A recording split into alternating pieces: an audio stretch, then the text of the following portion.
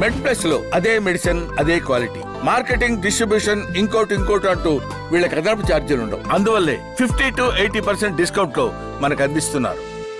So doctor గారు, మీరు almost ఒక 15 సంవత్సరాలుగా ఈ రంగంలో ఉన్నారు. ఎంతో టెక్నాలజీ మార్పును చూస్తున్నారు. సో కొత్త ప్రొసీజర్స్ వస్తున్నాయి.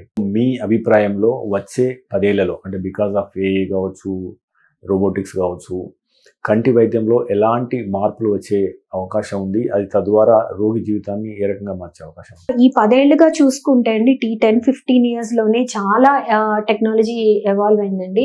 ఇంకా రాబోయే రోజుల్లో కూడా చాలా టెక్నాలజీ ఇంప్రూవ్ అవుతుందనే చెప్పాలి.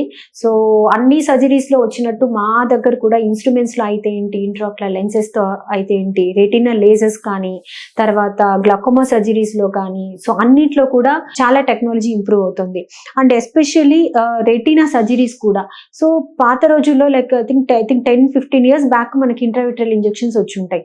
సో అప్పుడు మనకి ఇంట్రావిట్రల్ ఇంజెక్షన్స్ లేవు. పేషెంట్కి ఏదైనా సెంట్రల్ పార్ట్ లో కానీ ఎడిమా వచ్చింది అని అంటే there is no treatment at all. Retinal laser అనేది it is going to damage the normal vessels also. అప్పుడు ఓన్లీ లేజర్ ఒకటే ఉంది. కానీ సెంట్రల్ పార్ట్ ఆఫ్ ద రెటినాలో కానీ స్వెల్లింగ్ వస్తే we cannot do the laser. It is going to permanently damage his vision. So అప్పట్లో oedema వస్తే మనకి దెర్ ఇస్ నో ట్రీట్మెంట్. ఆ తర్వాత ఈ ట్రెండ్, ఇంట్రావిట్రల్ ఇంజెక్షన్స్ ట్రెండ్ వచ్చింది. ఆ ఇంజెక్షన్స్ మాలిక్యూల్ మార్చుకుంటూ మనకి చాలా రకాల ఇంజెక్షన్స్ వచ్చాయన్నమాట. సో అవాస్టిన్ అని ఆఫ్ లేబుల్ గా ఇచ్చేవాళ్ళం. అది వచ్చాక వండర్సే చూసామనుకోండి నిజంగా. సో పేషెంట్కి ఏదైతే విజన్ తగ్గిందో 1 month లో విజన్ రెస్టోర్ అయిపోయేది. సో అది it was not there before. అది వచ్చిన తర్వాత చాలా విజన్ ప్రాబ్లమ్స్ తగ్గిపోయాయి. So as it is an off label drug, తర్వాత మనకి పేటెంట్ తీసుకొని వేరే కంపెనీస్ వచ్చాయి. లూసెంటిస్ అంటారు, యాక్సెంటిక్స్ అంటారు, రాజులర్ మాలిక్యూల్ వచ్చింది, బ్రోలిసిజుమాబ్ అంటారు, అది వచ్చింది. నెక్స్ట్ ఆఫ్లిబర్సెప్ట్ అంటారు, ఐలియా మాలిక్యూల్ వచ్చింది. ఇంకా ఎవరైతే మనకి మల్టిపుల్ ఇంజెక్షన్స్ ఇచ్చినా కానీ రెస్పాండ్ అవ్వలేదు అంటారో వాళ్ళకి మనకి వెబిస్పో అని కొత్తగా ఇంకొక ఇంజెక్షన్ వచ్చింది. నెక్స్ట్ ఇంతకు ముందు స్టీరాయిడ్ ఇంజెక్షన్ ఇచ్చేవాళ్ళం అనమాట ఐలో.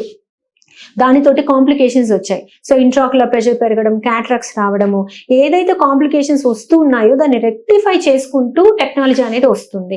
So then the steroid implants have come. ఆ ఇంప్లాంట్స్ వల్ల అనేది ఏంటంటే కాంప్లికేషన్స్ లిటరలీ 0.